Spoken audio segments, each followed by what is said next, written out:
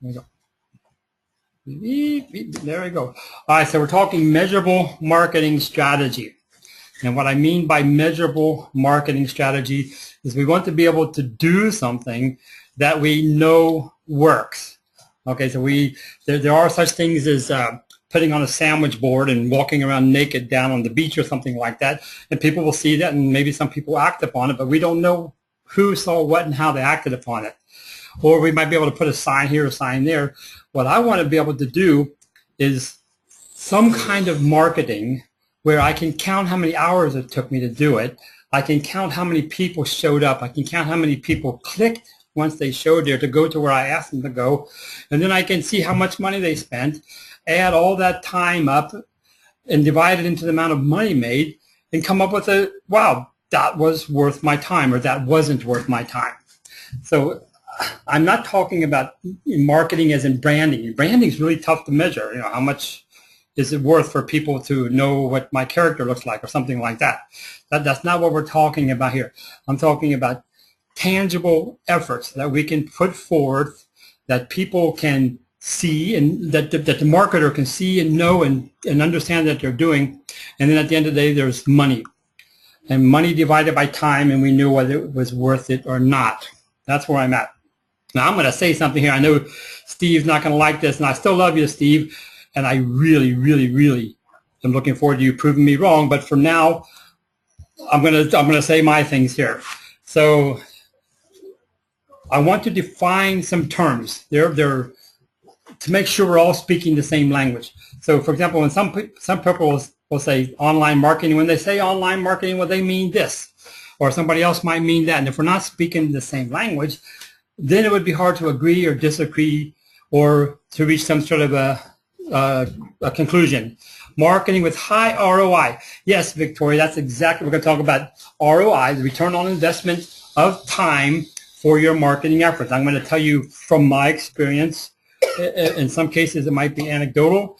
In other cases, it's experiences of others. And if we had more than just this one time online, I could show you a bunch of case studies that I've worked with and all that sort of thing. But I'm going to share with you time spent, numbers of clicks, and what I saw as a result of that. But first of all, I just want to talk about the different terms that we're working with here. So online marketing. So when I talk about online marketing, I think of it in three different ways. First, and there's more, and there's always combinations, I get that, but I want to talk about three kinds of marketing that people do online. And the first one I'll talk about is search engine marketing. Believe it or not, there are other search engines besides Google. There really is.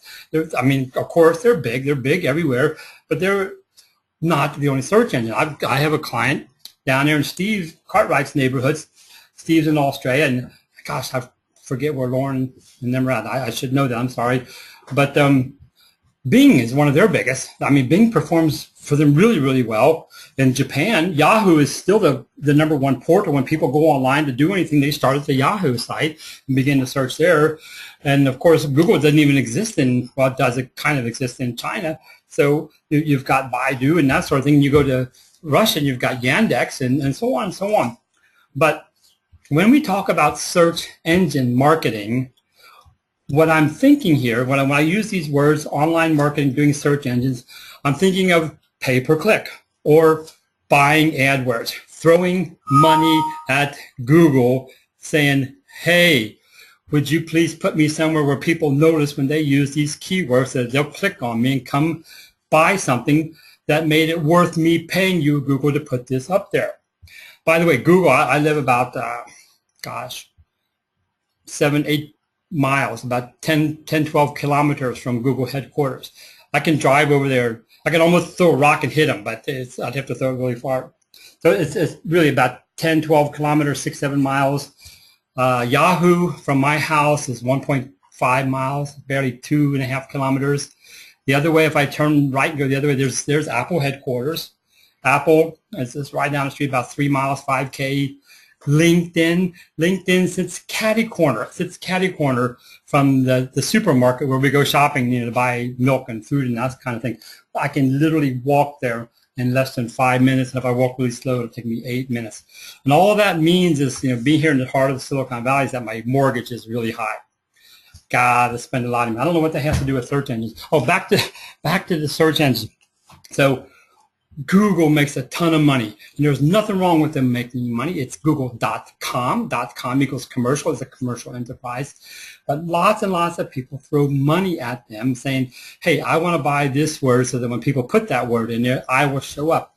Well, make no mistake, that model will work. It really will. But if you spend enough money to outcompete other people who want to use that same word or be noticed in that same word, if you spend enough money over enough time, you can eventually be found. And when people find you, they click on there, and then they come to your website, and because they came to you, you can convert them, and it equals money. So what you have to do is you have to calculate how much money it costs for you to get to the high-ranking position where it actually gets clicked on for people to come and convert and all that sort of thing. But the simple way to look at this is I am paying for people to find me. And when you pay for people to find you, it is not a long-term sustainable method of doing business. Here is a rule of life in the online world, that it's cheaper for people to find you than it is for you to find them. It's cheaper for people to find you than it is for you to find them. I can throw money at Google, and I was doing the math with a client of mine yesterday, and she was doing the pay-per-click thing, and we calculated if she could spend $1,000 to $2,000 a month. So we went on the low end. We'll spend $1,000 a month, and after 9 months, 9 to 12 months, she's getting enough visibility that people begin to click on her. Well, she hasn't made any money yet, but she's, she might have made a little bit of money, but she spent $9,000 to maybe get $1,000 back. And then she has to do that for another 9 months to where she figures out how to do the conversion. So she's now spent $18,000 to where she might be making $1,000 a month, but she still hasn't broke even. So then she has to do another 9 months. And we just kept doing very conservative estimates. And she says she's going to spend $27,000 on the low end in order to finally make $27,000, we hope, over the long term. And so there are a couple of problems with that scenario. One of them being, if you stop competing for ads, if your car breaks down, your kids need braces, or Johnny broke his arm, fell off a tree, and I can't make my payment this month, you're cooked. You get stuck back into, how am I going to compete and get ahead of these people again? So if you miss a payment, you miss out. Another problem with paying the search engines to give you the results is, when you stop paying, they stop coming. So it's like putting a billboard up on the highway there. Which highway? What highway you guys got there? Highway 5 maybe? I don't know. We got 5. You probably got 95 or something. You put a sign up on the highway. People see that sign. Okay, I remember. I go home, I'll buy something. You take that sign down. People don't remember anymore. They don't go up there anymore. But when you're paying the search engines to put you in front of other people and stop paying, they stop coming. It's just not a long-term sustainable solution. You can do it. It'll work. But good luck doing it very long term, unless you have really, really deep pockets. And you're never going to miss a payment, unless you have $1 million budget. And I don't have that much money. If you have that much money, give it to me, and I still won't buy ads. The second kind of online marketing that I will talk about is what I call internet marketing. And this doesn't mean everybody's a schmuck or everybody's a sleazeball. That's not what I'm saying. But generally speaking, internet marketing is when somebody's going to solve the latest problem. They're going to fix your toenail fungus, or they're going to heal your pimples on wherever, that kind of thing. And again, it can be totally legit. It really can. But what happens is somebody has a product, the latest product, or a product they've been endorsing for a very long time, and they super optimize a page, and there's a way to do that. You can super optimize one page, and then they run around shouting as loud as they can, "Come see my page, come see my page." Now, they can do that physically. They can go give talks and say, "Come to my page." They can actually, one of the primary ways that people do that, they do with an email list. Hey, can I borrow your email list, and I'll tell everybody about my latest product, and the next time you need some, then I'll share my email list. And so what you do, you have a whole bunch of people sharing email lists with one another with the aim of trying to get people to come show up on that one page where they can hope to super optimize and super get click through. But again, what's going on here is we have ourselves in a push proposition. We are trying to get people who are sitting on their computers to open up their email, read their email, click on that email, go find that product, and then click on that product, and then decide, I want to buy that, and put money in there. So we got 2, 3 click-through rates. Now here's a little bit of math. Suppose you had 1,000 email people, a list of 1,000 emails. And so I speak a lot. I'm running around. People say, oh, Bill, I love you. I love you. So I love you too. And so they give me their email address, and they say, now, Bill, anytime you do something, please, please, please email me. I promise. If you email me, I'll stay in love with you forever and ever. I say, okay, good. So I get 1,000 people on my email list who say they love me, and I email them. Well, dang it, if I can barely get 20% of those people to open it up. Hello, I thought you wanted me to send you something, but when I do, you don't even look at the email. And 20% is high. It really is. So suppose I get 20% out of 1,000 to open up. That doesn't even mean they read it.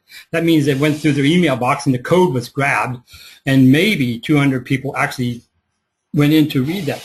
Well, if I have 200 people open it up, I have a link in there. I've got to get barely 10% of them will actually click on what I want them to go see. They read the email. I've got this product. I've got this service. I've got whatever I want to give to you. I might be able to get 10% of them to click through. So now I went from 1,000 to 200, and 10% I'm down to 20. Well, I've got to get, if you can get a 1% of people to buy something every time that you email something, you're doing great, all right? So now I have to multiply the number of times I do that. So instead of getting 20 people to click through, I need to get 200 people to click through in order to get 2 people to buy something. Well, so suddenly my 1,000 email list, I need to do that 10 times. I need 10,000 people, or maybe I need 100,000 people on my email list in order to get sufficient click-throughs before I can get enough money back out, before I can sell something for $149 or whatever it is. Well, it costs me more than $149 a month to maintain an email list of that size on MailMonkey or Constant Contact and that sort of thing. Plus, I have to create the content. I take an hour a week or 2 hours a week or whatever it is to create something that's valuable, that's worth reading. Well, how much do you make an hour? So if you do it on the low end, spend an hour a week times 4, that's 4 hours times $400 an hour, $400, plus whatever it costs for my email client. That's another $500. Well, if I can't make $500 a month off my email list, it's a losing proposition. I'm not going to get there. So email, again, is a push. I'm trying to invade people's email boxes and say, hey, would you come over here and do that for me? And if I stop emailing them, they'll stop clicking through because there's nothing to click through on. The push proposition doesn't work. And then here we got another one. I call this social network marketing. And social network marketing is different in my world. It's different than social media marketing. Social network marketing and social media marketing are different. And social network marketing is what I consider people in the social networks, hanging out with other people in social networks, doing good deeds and sharing good information and trying really hard, to engage and all that entails. But the simple truth is the reason they do that is because they want that person they're engaging with to actually click on something and go somewhere else and do something. So I'm in a network where people are trying to do something and get them to go over somewhere else to do something. That's a push proposition. Remember, it's always cheaper and more cost efficient for people to find you than for you to find them. It's easier to get people to come to you than it is for you to push them around and get them to go somewhere else. And I apologize, Steve. I love you. Steve's working really hard. He's going to prove me wrong at some point. But I'll give you the example of Twitter. I wrote an article for a national online journal. It's called, you can look it up. I don't want to promote or unpromote anybody. But it was a good article. I worked really hard. And it took me several hours to write the thing. And I did some research and put it in there, my personal research I did in the university where I was teaching. I put the information up there. And I got well over 600 people to retweet that. 600 people I don't know from Adam. Hey, wow, I don't know you. Thanks for passing this around to all of your fans and followers. So 600 times. Now you all should be clapping and jumping up and down, because if you think that's not hard to do, you try to get 600 real people with real Twitter accounts with real followings to take something you wrote and go send it off to people. Well, so those 600 people, what I did was I went to each and every one of those 600 people's Twitter accounts. It took me a long time. One by one, I clicked through each one of them with my little Excel spreadsheet opened up, and I counted how many followers they had. 16, 1,600, 143, 14,000. And I just made a very long list, one by one, of every person who retweeted or sent my article to other people to watch. And by the time I got done, I knew how many pairs of eyeballs potentially, not realistically, but potentially saw that article. So 600, the average number of followers for people who read this search engine website was 4,000. They had 4,000 Twitter followers. If they were Steve, it'd be 50,000. That'd be even really, really cool number, big number. But so they have 4,000. Well, 4,000 times 600, 2.4 million. 2.4 million pairs of eyeballs potentially saw that article that I wrote. Holy smokes, that's a lot of people. But what I really care about is how many of those 2.4 million people came to my website and said, who is Bill Belew? I want to know who wrote this article that everybody's talking about. So what I want to know, out of 2.4 million twits, how many showed up on my website? And so I could do the math, because I can go to analytics and I can track how many people click through. Well, if I could get 1% out of 2.4 million, it would have been 24,000. Wow. Didn't happen. If I could have gotten 1/10 of 1%, it would have been 2,400 people. That would have been cool. Didn't happen. If I could have got 1/10 of 1/10 of 1%, it would have been 240. That would have been okay too. That didn't happen either. Well, if I could have got 1/10 of 1/10 of 1/10 of 1%, that would have been 24 people. Okay, 24 people showed up finally at my website. That didn't happen. 18 people. 18 people out of 2.4 million pairs of eyeballs took it upon themselves to go find out who it was that wrote this article. Yeah, you see, lots of people know my name. That was cool. A lot of people know my name. If you go to my Twitter account, I do have a Twitter account. That starts off 95 million people know my name. But what's really important to me is how many people visited my website. Now, that being said, I was speaking in Phoenix in November of last year. Phoenix, hot. We're dying here. I'm in Phoenix. It's hot, and I'm doing the, let's publish, let's do this kind of a thing. And I come out of there, and not within less than a minute, my cell phone does the buzz thing. I walk out of that room, and there on my cell phone is, Bill, that was awesome. Would you like to come to Cape Town, South Africa next year and present to our group? Cape Town, wow, that's cool. I've never been to Africa. Who doesn't want to go to Africa if you've never been there? I got invited on Twitter, yeah. And so I followed through on that. I tweeted back, and we went back and forth. October 20th, that's 13 days from now, 12 days from now, October 20th, I'm going to Cape Town. And I'm going to be in Cape Town. I'm going to do a presentation there. And after I get done with Cape Town, all flights go through Johannesburg. I'm going to stop in Johannesburg and get off for a day and do an all-day training there as well because of Twitter. So I don't think Twitter is useless. I just think it's almost useless. I think things will happen on Twitter. Absolutely they do. But when I calculate how much time it takes me to get this kind of result, is it worth the amount of hours I put in order to make this $1,000 or even this $10,000? Suppose I spent $100 hours on Twitter in aggregate, 100 hours, and I made $10,000. I made $100 an hour. Was it worth it? We can add that sort of thing up. Facebook. Facebook. Harley Davidson. You got hairy guys on motorcycles. You got Victoria's Secret. You got, hairless girls. Oh, look at that. Don't look too careful. So I got Victoria's Secret and I got Harley Davidson. Both did the independent research, came to the same conclusion. 99.5% of everything put on Facebook is only seen by the person who put it there. Ha!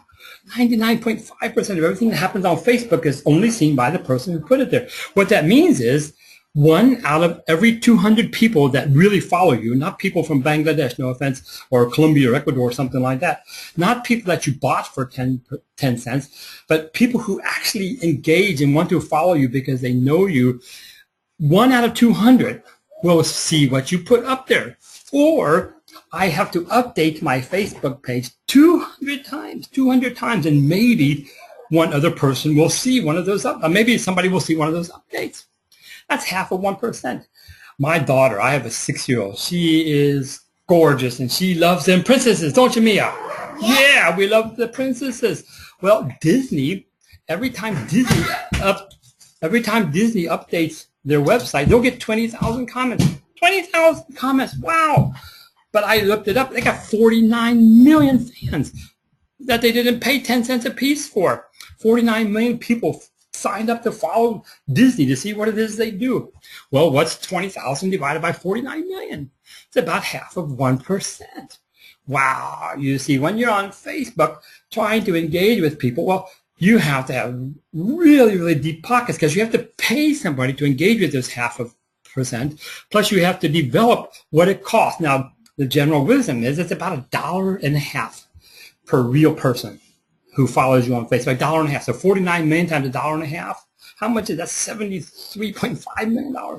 Well, if you Google, you can spend that. If you're Disney, you can spend that much money to get people to come to your website. And see, Facebook, you're over here on Facebook trying to engage people and get them to come over here and do something. I think it's a losing proposition. Let's try LinkedIn.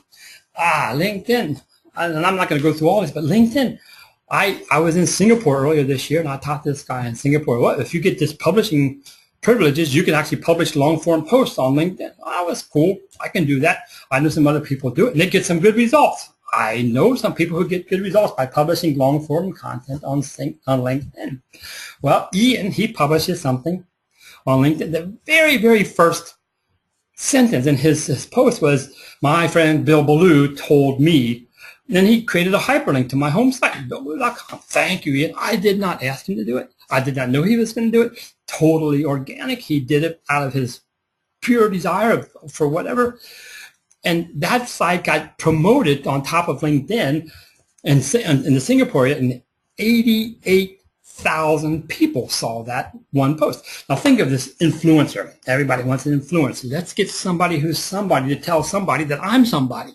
Right? Let's get somebody who's really famous to go tell other people I'm really cool and see how that works. Well, that's pretty much what happened, except I didn't ask him to do it. So 88,000 people probably didn't read the whole article, but they read that first line. Maybe that's why they stopped. And they said, there's Bill Belew. So what I want to know is how many of those 88,000 people clicked on my website to come see who I was. Who is this Bill Belew that said this to Ian? Out of 88,000 people, if I got to 1%, I'd have had 880, right? 1% would have been 880. It didn't happen. 1% didn't even come. If I'd have got 1/10 of 1%, it would have been 88. That didn't happen either. 1/10 of 1% would have been 8.8. You wonder where that 0.2% of the other person went. It would have been 9 people would have showed up. If 9 people would have clicked through and showed up, but that didn't happen. The answer was 0. I don't even have a number I can calculate it. Nobody. I'm thinking, what in the world? How could 88,000 people see a hyperlink to a person that's being referred to and nobody go look at it? You see, when you pay somebody to tell somebody that you are somebody, it's a losing proposition. What you cannot ask people over there to come over. I mean, you can do it and you'll make, and it'll work at some point. But when we add up the time and the hours and how it all plays out, it doesn't work. YouTube, I'm going to do that. So inbound. Here it is again. It's cheaper, more cost efficient, more time efficient for people to come find you than it is for you to find them. It's a pull proposition versus a push proposition. Create something that's super, super high quality, that people want to know about, that people are inquisitive, that people aspire to know. Be the solution provider for whatever niche topic that you care about, so much so that people come looking for it, not you going there and shouting out, hey, hey, hey. You just say, here, I know who the next Disney princess is going to be. Yeah, people think I'm a weird old man. You know, I got a dude, he knows all about the princesses. Yeah, but my daughter and I, we know that because Disney is so cool. We go looking for that. The next Disney princess doesn't come out to 2016. They're going to call her Mona. It's tentatively called Mona. She's going to be in a Caribbean princess. You see, I went looking for that because my little girl wants to know those things. So what you want to be is the website that provides information that people want to know about. Now here's a fun graph. This is back in February 06. You can see that March 06, February 6th, there's a flat line, nothing there because it didn't exist. Well, March 06 is when I started working. I didn't have nothing. I just wrote, happy birthday to me. So I'm writing about business in Asia. I lived in Japan for 20 years. I'm writing about business in the Pan-Asian region. And sure enough, there's about 1,000 people showed up. Yay. Yellow is how many people, that's how many visitors. Yellow plus red is how many page views. And then the next month, I'm up to about 2,000. Wow, I doubled it. That's pretty good. I'm writing like a mad dog. Publish. That's all I know. And then I discovered that there are social networks. Wow, look at that. I can promote my stuff. I can push my stuff. I can promote my stuff to other websites where people will vote on it. Now, Facebook still had the in front of it. Twitter didn't even exist yet. LinkedIn was still struggling, you know, with 6 degrees or 5 degrees of separation, that sort of thing. But there were places like Dig and Reddit and Mix and Newsline and Indian Pad, and I had a huge cricket following, and then there was FARC and, you know, a bunch of those kind of places where I had College Humor. I had a huge following in the college kids industry, you know, demographic. And so what I did was every single thing I wrote, I pushed to every single network I could find, and the end result was I just annoyed people out the wazoo because I didn't know what to do. There were no rules. I just did the best I could, and I thought, this is worthwhile. I'm going to tell everybody this is worthwhile. And so I just pushed everything I could possibly think of to every possible network I could, and look what happened. I went from 2,000 to 22,000. Look at, if I go to the social network, I can get more people to come to my website. Make no mistake about it. If you work hard in the social networks, more people will come to your website. But what I really want to know is, was it worth it? You see, I am not a very smart person, but sometimes I am. You see, when I did this social network promotion thing, I kept a log. I used a good old-fashioned Excel spreadsheet, and I kept a log of how long it took me. 14 minutes today, 18 minutes here, 23 minutes there, 2 minutes here, an hour and 20 minutes there, whatever. I kept a running log of how long it took me to interact on these social networks to go from here to here. That's a number I want to know. Another thing is I know how much money I made here, and I know how much money I made there. Oh, then that would be useful to know as well. I can take this much money, and I can subtract this much money, and divide by how many hours it took me to do that, and I can get a solid number of how well these social networks work for me. Well, it took me about 40 hours, about a little more an hour a day on average, to get this kind of result. And for my 40 hours of effort, I want everybody to sit down, because you're going to be overwhelmed by the money. Sit down. Everybody sitting down, say, yeah. For my 40 hours of work, I made a whopping $83. $83. I was working for $2.16 an hour. Now, the simple truth is, if I work hard in the social networks, I can get more people to my website, and I can make more money doing it. But it's not worth it. I don't want to work for $2 an hour. When I'm trying to push people, I'm not going to get the same results as I do with when I try to pull them. So we go to social media marketing. And when I talk about social media, what I'm saying here is I have a website. It belongs to me. I am not on a blog spot. I'm not on a WordPress.com free site. I'm not on Mix, Wix, Pix, Dix, or anybody else like that. It's mine. I paid my $9.99 for a domain name, and I pay $5 a month or whatever the going rate is for my spot on the servers. It's self-hosted. It belongs to me. And on that website, I put my content because it's me solving problems for real people. And then people read that and interact with me. They leave comments. They call me stupid, or they call my mother stupid, or they say, oh, but you're cool, or something like that. So people are interacting with me on my website. My website is my personal choice, my medium for communicating, and people interact with me, and they interact with other people who are interacting with me on my website. That's social media. That's social media. And I'm going to give you a strategy here on how to beat anybody at anything in social media. So if you have your website, I don't care who you are competing with. I'll teach you how to beat them. I am fully confident I could beat Walmart at what they do. It would just be really, really, really hard. It would just be really hard. But the strategy for being able to beat anybody at anything is 5 steps. So get your pens and papers out or something, or just, I got your email, and you should get a reminder to be able to watch this later. The strategy is this.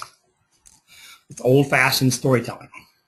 Now, I'm not talking about David and Goliath met Cain and Abel, or 3 little pigs ate Red Riding Hood, or nothing like that.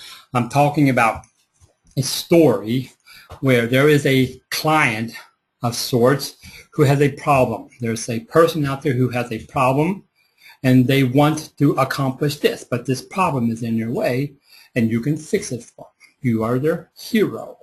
And when you fix it for them, it plays out, and they get to this result.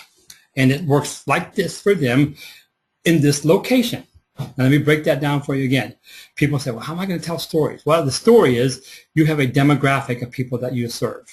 And that can just be women. Well, that's really broad, so you're going to start narrowing that down.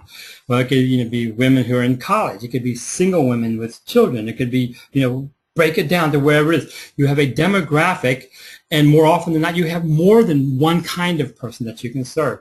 So let's suppose I had 5 different kinds of people that I could serve. It's probably more than that. We'll go with 5. Well, each of those 5 people have something they want to accomplish. They each have their own desires. I want this. I need this. I would like to accomplish this. But each of those people with those desires have a different reason why they cannot do it. They have a different obstacle. I'm just too busy. I'm just too tired. I'm not healthy enough, or whatever. There's something that gets in their way. Well, you've got a demographic with a desire, an obstacle, and you solve that problem. Can you solve that problem for them? It's as old as my dad. My dad was a Depression-era teenager, and ever since he was alive, it was find a need and fill it. What is the need? What is the desire that your demographic has, and what's getting in the way, and how do you solve that problem? How can you show them your hero? And when you solve that problem, how does it play out in their life? What happens to them? What's the result? Where does it go from there? And where do you solve these problems? Is it on the Beltway? Is it here in the Bay Area? Where is it? So now I've got 5 different people with 5 different desires and 5 different obstacles, and I have 5 different solutions that I can provide, and it plays out in 5 different ways in their life in 5 different locations. I got 5 times 5 times 5 times 5 times 5 different stories I could tell. In every one of those stories, I am the hero. You see, people will come to you when you can solve their problem for them. Now, what I want to do with those stories is I want to tell them as many times as I possibly can. Now, I'm not talking junk here. I'm talking solving real problems for real people. Now, I don't know who you're competing with. I don't know what your niche topic is. I learned the other day that there was 100,000 left-handed quilters in America. 100,000 left-handed quilters in America. Now, I don't know who those 100,000 people, which website they go to, but all I have to do is find that website, find out how many pages and posts they have on that website, and do more than that, and I'll beat them. You see, more will win. Now, don't stop listening because there's 3 more, but more will win. If I have more pages on my website than the other guy or the other girl has on their website, I will outrank them, provided I have the good quality there. You see, search engines are not, I usually say search engines are stupid, and I don't want to insult any. Search engines are stupid. They can't read. All they can do is count. Search engines cannot say this is cool, that's not cool. They can say here's a lot, there's a lot. They just go to your website, they count the number of letters that show up. How many times do they see S-T-O-R-Y? How many times do they say T-E-L-L? How many times do they see S-E-O? They're just counting the character combinations to find out, is this what this website's about? Because well, they can't read. It's a robot. Robots can't read and make a subjective determination. This is good. This is bad. They can just count. So what I want to do is I want to tell a story that meets a real need for a real person with a real desire in a real location that gets them real results. I want to tell a story where I am a real hero for real people, and I want to tell that story as many times as I can. And then I want to tell it better than everybody else. And I want to tell it better. The search engines will tell you that there are about 220 parameters. Holy smokes, that's a lot. There are 220 things you can do to a website page to get the perfect optimized SEO. Well, see, I've learned that there are about 10 things I can do. I just do these 10, and I'll get 90% of the results I want. Wow! So if I just keep pounding on those 10 and pound on those 10, I will have high quality. And I know that I can do better quality than anybody else. I'll give you one example. Every single page, every single post that you have on your website should have an image, and it should have a caption. Now, this is not a website, of course, but it should have a caption. And then behind the image, behind the caption, there's a description. Back there tells you what that image is about. If you have an image and if you have a description and a caption of your image, you will increase your traffic by 10 to 15% over time, depending on the nature. If you have lots of girls in bikinis, you'll get more. If you don't have so many girls in bikinis, it might be 8 or 9%. But I just wrote about business in Japan. And that's not real yarn, but I'm writing about business in Japan. And 10% to 12% of the people who came to my website came because I had an image that they were looking for, and they wanted to know who put that image up there and what they had to say about it. So there's a good quality factor. Do you have images in all of your pages? If you don't, you've got poorer quality than somebody else. So I need to tell stories where I'm the hero. I need to tell them a lot. And I need to tell them really, really well. And then I need to tell them really, really often. You see, search engines, again, they say they're not very smart, but by golly, they can count. Not only can they count and add and subtract, they can also divide. A search engine will know how long this website has existed, how often does something new come up on this page. See, a search engine can't understand new, but they can understand recent. Right? So it's not like, this website just got updated today. Well, that must be something new. Well, you might write about something old and just update your website today. Search engines love recent because they say, oh, here's something that hasn't been here before, so I'd better go see what it is. Every time you update your web page, search engine comes and says, what's going on here? I got to check this out. Something happened there. More often the search engine comes, the higher you rank. Well, that's not rocket science. The more often you update your website with really good stuff, the more often real people come to find out what story they're going to tell me next. What problems is he or she going to solve for me this next time? So I want to tell really good stories where I'm the hero. I want to tell a lot of them. I want to tell them well, and I want to tell them often. And then the last one is I want to tell them for a long time. I'm going to, you see, here's the absolute truth of the matter. Hey, Tanny just showed up. She's like half my age, so I get tired twice as fast as she does. People get tired. Everybody gets tired. Your competitor, whoever you're trying to compete against online, will get tired. Everybody gets tired. Even you get tired. Even I get tired. Well, when your competitor gets tired, don't get tired, and you'll beat them. When they run out of things to write about, when they don't know the strategy of creating a lot of stories, and now what am I going to do when they just get tired, or they want to go on vacation? When they stop writing, when they stop updating their websites, you keep doing it, and then you'll be more current, you'll be more relevant, you'll be more recent. Tell good stories where you're the hero. Tell a lot of them. Tell them well. Tell them often, and tell them for a long time. And you can beat anybody online at anything. You really can. And then here's one more: content. Content's at the heart of it. Content. You've got to get the 220. The new SEO. Yeah, SEO, what's that? Search engine optimization. Okay, yeah, what's that? I'm not quite sure what that is. Search engine optimization is writing really good stuff that real people like to read, but a search engine can find.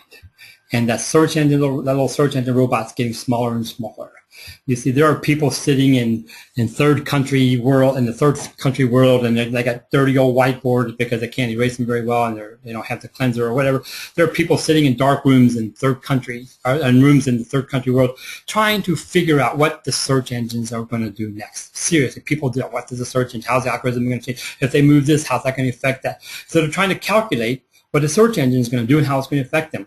Well, down the street here at Google, what I was telling you about, there's another room where people are sitting and they have cleaner whiteboards and they're trying to figure out what real people want. So they keep missing. People are trying to guess the robots while the robot writers, the search bots, the algorithm writers are trying to figure out what real people want. So the solution here is to write really good stuff that solves real problems for real people in real locations, and you will be found. You just will be found if you're the hero. Who do you like more than anybody? The person who can solve problems for you. So good search engine optimization, is capitalizing on the 20. I know people who, I just, on my forum, I put a link to a website that listed 220 or 200 plus parameters that the search engines look at. Well, good for that. People like to fiddle around with the 200. That's not going to make that much difference overall, instead of working on the 20. You do these 20 things. Get your titles right. Get your images right. Get your original content right. Get your links right. Get your captions right. Get your images right. Quote credible sites. Get credible sites to quote you. Write about timely articles. Write about timeless stuff. Get the 10 right. Get these very basic 10, 20 things right, and you'll get 90%, if not 95% of the results you want. That's good SEO. And of course, right there at the very beginning, at the heart of that is content. Say, ooh, yeah. So in your, this is my little Matryoshka doll. I spent some time in Russia. Spent some time in Siberia. Yeah. You've heard Siberia is cold? It's true. I was there in the winter in Siberia. I say Siberia is cold. You say, how cold is it? It is so cold in Siberia that people tell jokes in November, but they don't laugh until March, because that's when all the words fall out. At the core of everything is your content. You've got good content on your website, people will interact with that. When people interact on your website, you have a medium that belongs to you that is social. People come looking for you. They're inbound. It's inbound marketing as opposed to outbound. They come looking for you, and you can do all this online. You can do this online. That is a marketable, that is a measurable marketing strategy that works. And that's my story, and I'm sticking to it. Now, someone said they want to, I'm not going to sell you nothing, so don't run away. I'm not going to sell you nothing. If you go to billblue.com, that's my website, okay? I'm there. There it is. If you all go there, I'm going to get more traffic today. I don't care about that. Bill Belew. Well, Elvis Presley, who's the king? Elvis is the king, right? Elvis Presley's costume designer, the sparkly white, jumpsuit kind of things. His costume designer was Bill Belew. Same name, same spelling. And he died last year. A whole bunch of people came to my website and said, Bill, are you okay? Yeah, I'm still alive. At billblue.com. But what I want to invite you to, this is a forum, billblue.com. You go to forumbillblue.com. I'm logged in, so you can't see it. You /sign up, SIGNUP, sign up. And it's free. Come and join us. The website is committed to people who want to have an international audience, whether it's writing or speaking or working with people internationally. So you can sign up. It's free. If I don't like you, I'll kick you back out. And because you signed up here, you might get, if you're on LinkedIn, I might reach out to you on LinkedIn. Please don't say, I don't know him. That hurts my feelings, okay? All right, that's it. That's my story, and I'm sticking to it. Does anybody have any questions? I'll be glad to take a few questions. I'm going to be there probably the week of November 20th. There's a Thursday. We're organizing that. And so I'll be in the Baltimore area. I'm not going to be in Spain, Assad, unless you invite me. That'd be kind of cool. But it's kind of far away, too. I was in Spain earlier this year. My wife and I were on a cruise. So it's funny. There's a big fat cruise ship sailing the world. They actually invited me and my wife to be on that cruise ship. And we got to sail across the Atlantic Ocean. We stopped in the Azores, and we went to Gibraltar, and then a couple of places in Spain, a couple of places in France. And all I had to do was talk about social media. I told stories. Yeah, I told stories about social media. And we got to travel for free. All right, so Victoria says, how about networking through recommendations from people you know? How about networking? So networking through recommendations. Whoa, here it comes.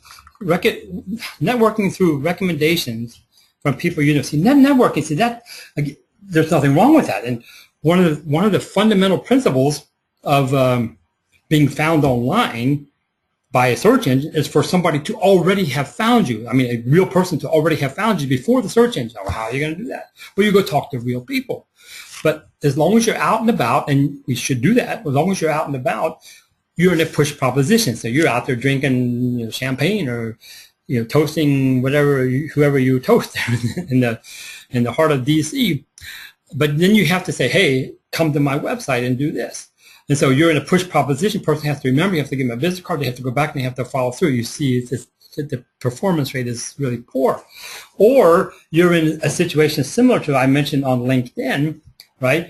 Where I'm trying to tap into an influencer. Here's somebody who a whole lot of people read. And he's somebody, and he's telling somebody that I'm somebody, and we saw how well that performed. Now, it probably performs well sometimes, but it's not been my experience that it does. Right? So networking is important. And if I'm going to network, I'm going to do it online. I'm going to reach out to other people online who are in my niche, who care about the things I care about, and then try to interact with them so that we can mention each other in an online situation. That's a better networking strategy in the long term. Stephen, what about digital marketing coupled with content marketing to help drive traffic to your website? All right, so Steve's question, what about digital marketing coupled with content marketing to help drive traffic to your website? All right. So digital marketing, this is what I was talking about. Online marketing, digital marketing, they're the same thing, just doing it digitally. Content marketing is exactly what I'm talking about here. My content works for me. My content does my marketing. It's like I go looking for trailers of movies coming out because there's a movie that I want to watch. So I go looking for that.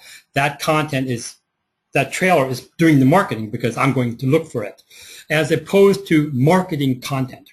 Marketing content is when you create something once a week or once a month, or you create an infographic or whatever it is, and you've got this really cool thing, and you just go shouting in whatever way you can, whether it's online in a digital form or physically in a networking personal form.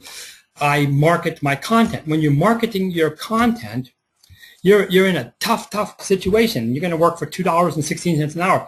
Whereas if you've got content that is rock solid, cool, that solves problems for people in your niche, that content will market for you. I don't like the term drive traffic, because driving traffic implies I'm trying to push people from here to there. And I don't want to push people. I don't want to do it. I want to create something that people are pulled and attracted to. So Shasheda, am I saying that right? Miss Young? Okay.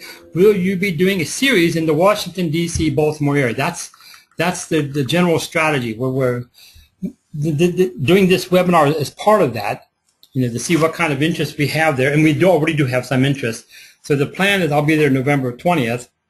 And then beyond that, we may do something on either side of that. But it's kind of a TBD, to be determined kind of thing. And so I hope I see you when I'm there. So go to the meetup or wherever you found this and say, hey, we want to see Bill. We want Bill. I guarantee you don't want to see me. I'm just an ugly old man who just happens to know some things because I've been working hard. But I'm going to be there in November, and it's going to be fun to see you all. So Doris says, can you provide your information for the Baltimore location? Doris, watch the meetup. Watch the meetup announcements, and you'll see it there. There's a social network. Victoria says, WeChat in China. Victoria, I am on WeChat. Reach out to me on WeChat. Look for Bill Belew, and then we'll connect on WeChat. So Shay wants more than one topic. I'm not going to come all the way to Baltimore in the middle of November and be cold and not do more than 1 hour, 2 hour, more than one session. It's going to be too cold. I'm in the Bay Area. It's San Jose. Yes, I know the way to San Jose. And if I weren't doing SEO, this kind of thing, I could get a job as a weather forecaster.